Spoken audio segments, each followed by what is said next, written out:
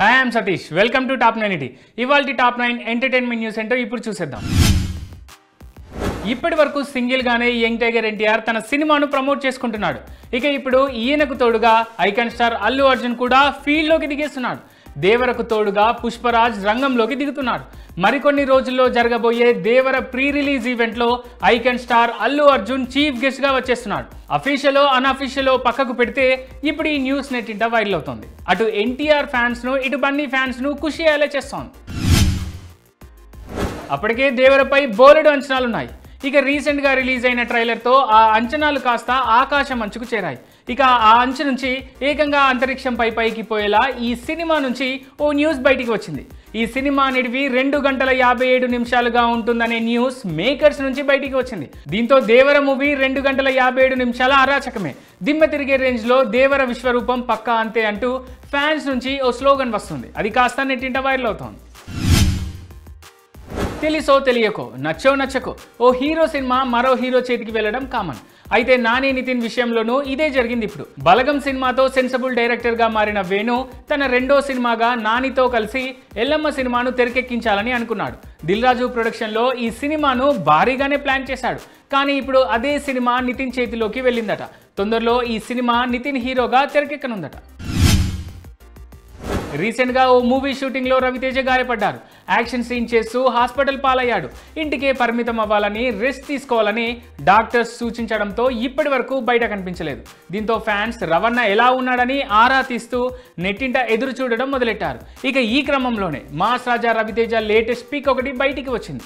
Director బాబీతో mass రాజా రవితేజ కలిసి ఉన్న ఫోటోల్లో చేతికి కట్టుతో ఉన్నా కూడా రవణ బేషుగ్గా ఉండడం ఇప్పుడు రవితేజ ఫ్యాన్స్ ను ఖుషి అయ్యేలా చేస్తోంది. దేవర ట్రైలర్ పై అందులోనూ ఎన్టీఆర్ లుక్ పై కామెంట్ చేసిన ఓ సోషల్ మీడియా ఇన్ఫ్లుయెన్సర్ కు ఇచ్చి పడేశాడు యంగ్ హీరో విశ్వక్సేన్. ముందు గోడ సపోర్ట్ లేకుండా కూర్చోవాలని, ఆ తర్వాత సినిమాపై కామెంట్స్ చేస్తూ ఆడియన్స్ ను ఉద్ధరిద్దు అంటూ సోషల్ మీడియా పర్సన్ పై విశ్వక్ సీరియస్ అయ్యాడు. దేవరపై కామెంట్ చేసినందుకు తనకు కాలుతుందని, కానీ ఆల్రెడీ కాలిపోయిన ఫేస్ తనది అంటూ సెటైరికల్ కామెంట్ చేశాడు. అయితే ఆ సోషల్ మీడియా ఇన్ఫ్లుయెన్సర్ అకౌంట్ పేరు కూడా విశ్వక్సేన్ కావడంతో తన పేరు ఖరాబ్ చేయడానికే వీడు పుట్టాడంటూ తన పోస్ట్లో రాసుకొచ్చారు ఈ హీరో. తన బ్యాక్గ్రౌండ్ మ్యూజిక్ తో కేజీఎఫ్ సినిమాను ఓ రేంజ్ లో లేపిన music director Ravi Basur young tiger NTR fans కు స్పెషల్ గిఫ్ట్ ఇచ్చాడు. రీసెంట్ గా కన్నడ నాట టెంపుల్ విజిట్ కు వెళ్లిన ఎన్టీఆర్ ను హీరో రిషబ్ శెట్టి, డైరెక్టర్ ప్రశాంత్ నీల్ కలిశారు. అయితే ఈ ఫుటేజ్ కు ఎన్టీఆర్ పేరుతో తన స్టైల్లో స్పెషల్ సాంగ్ ను కంపోజ్ చేసిన ఈ స్టార్ మ్యూజిక్ డైరెక్టర్ ఇప్పుడు ఆ వీడియోను తన సోషల్ మీడియాలో షేర్ చేశారు. ఎన్టీఆర్ లుక్స్ తో ఎన్టీఆర్ పేరు మీద తను కంపోజ్ చేసిన బీట్ తో మరోసారి తారక్ ఫ్యాన్స్ లో గూస్ బంప్స్ పుట్టిస్తున్నారు ఈయన.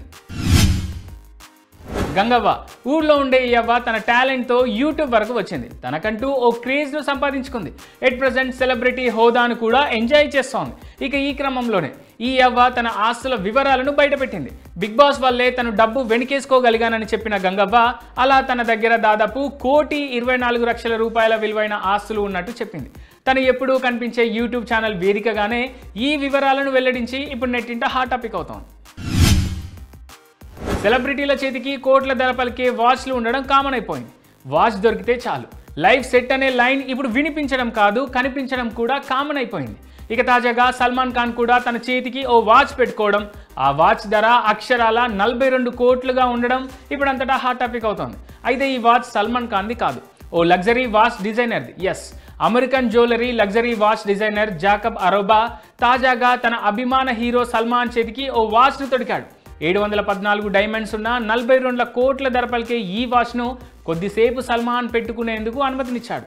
అయితే ఈ వాచ్ను ధరించిన సల్మాన్ కొద్దిసేపు ఎగ్జైట్ అవుతూ ఫోటోలకు పోజులు ఇచ్చాడు.